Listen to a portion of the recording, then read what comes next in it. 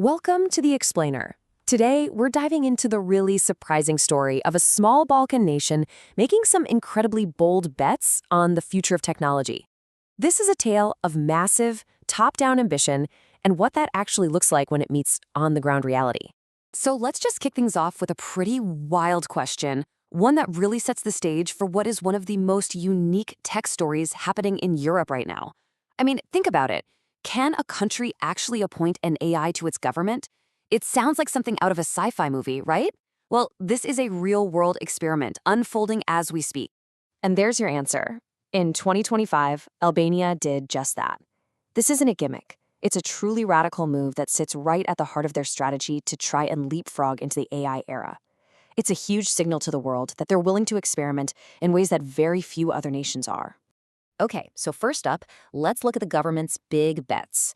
These are the really high-profile top-down initiatives that have suddenly put Albania on the global AI map. So let me introduce you to Diella. This is an AI system that started life as a virtual assistant on the country's e-Albania platform. But then it got elevated to a symbolic cabinet position. And its main job? To oversee public procurement and, get this, to wage war on corruption. Now, what makes Diella so revolutionary is its core function. The entire goal is to use an objective algorithm to make government tenders 100% corruption-free. They are literally trying to engineer trust directly into the state's operations. And this quote from the Prime Minister, well, it just perfectly illustrates the sheer scale of their ambition. This isn't about just one AI. The plan is to give every single government minister their own dedicated AI assistant. It's about embedding this technology into the very DNA of how the country is run. But the government's ambition didn't stop with creating its own AI minister. No. They also made a major financial move on the world stage, placing a pretty big bet on one of the biggest names in the entire industry. Albania invested almost 9 million euros in a company called Thinking Machines Lab. And the way they funded this is just as remarkable. The money came directly from seized criminal assets. So they're literally turning the proceeds of crime into fuel for high-tech innovation. This slide right here perfectly illustrates the paradox at the heart of Albania's whole strategy.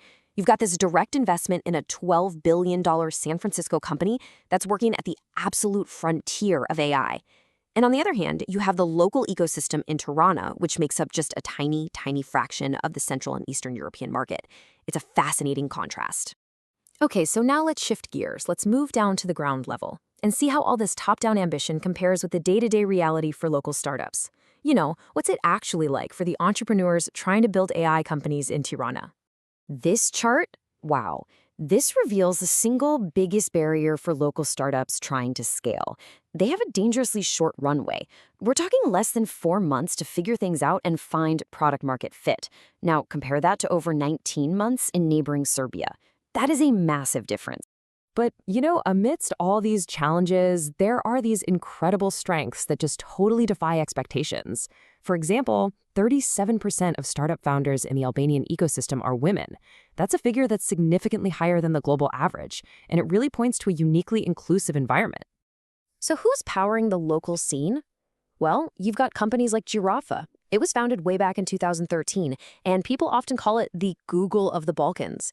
Its core technology is advanced natural language processing specifically for the Albanian language, which makes it the undisputed digital hub for the entire region. It's a huge deal. Then you have newer, more specialized agencies popping up, like Henotics. And these guys play such a crucial role because they're the ones helping traditional Albanian industries, everything from e-commerce to healthcare, make that difficult but absolutely necessary transition to becoming AI native. And of course, you've got breakout stars like Patoko. This is just a perfect example of a local solution for a local problem. It's an award-winning super app that uses AI for route optimization, and it's completely revolutionizing logistics and transportation in the country. It's already a massive success. So that brings us to the big question, right? How can Albania actually bridge this gap between its huge, ambitious vision and the tough reality on the ground? Well, experts tend to point to 4 key areas. First, the ecosystem desperately needs to secure more stable follow-on funding. Second, it needs a formal national AI strategy to give investors a clear roadmap. Third, it has to encourage bigger, more diverse teams and move past the solo founder culture. And finally, and this one is critical, it has to find a way to keep its top talent in the country. And really, this is the central question for Albania's future. You have a nation with high-speed internet, a young, energetic population, and a government that is taking a huge swing at becoming a regional innovation hub.